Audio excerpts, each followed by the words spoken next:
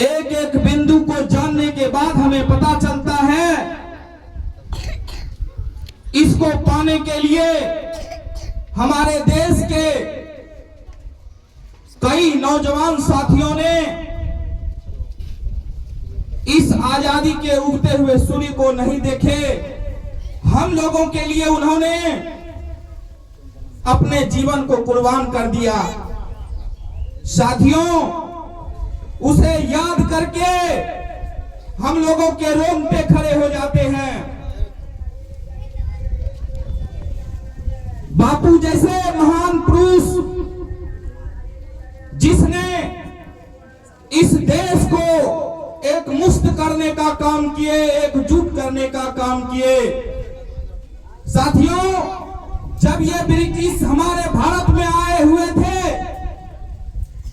व्यापार के सिलसिले में आए हुए थे, अब हम लोग कहेंगे कि हमारी शासन की बागडोर कैसे इन्होंने अपने हाथ में ले ली। इन्होंने अपने व्यापार के क्रम में यहां के लोगों को समझा, पढ़ा।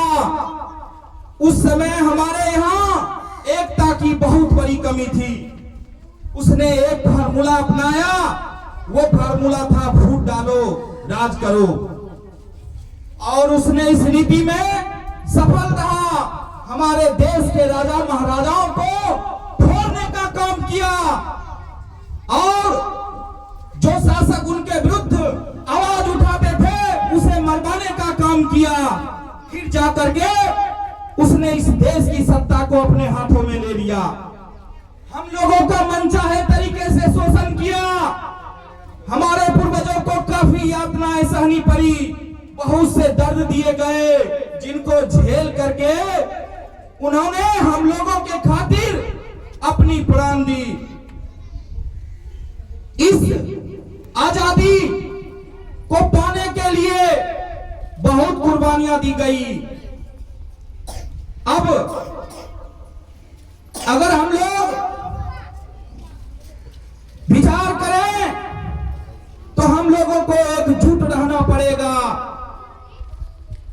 अंग्रेजों जैसी नीति को हम दोबारा चलने नहीं दें, क्योंकि उसने क्या परिणाम हम लोगों को दिया आप लोग बखूबी उसको जानते हैं। इसीलिए इसकी महत्वता पर फोकस करते हुए मैं अपने विद्यालय के बच्चों को हर दिन की तरह आज भी मैं कहना चाहूंगा, बच्चों, तुम कल के भविष्य हो। तुम्हारे कंधे पर एक बहुत बड़ी जिम्मेवारी आने वाली है। कैसे इस देश की शासन व्यवस्था चलेगी, उसमें आपकी उपस्थिति भी जो है मूल्य रखता है। इन्हीं वाणी के साथ मैं अपने वाणी को विराम दूंगा, क्योंकि हमारे बहुत से अतिथिगण आए हुए थे जिनको भी समय दिया जाएगा। धन्यवाद।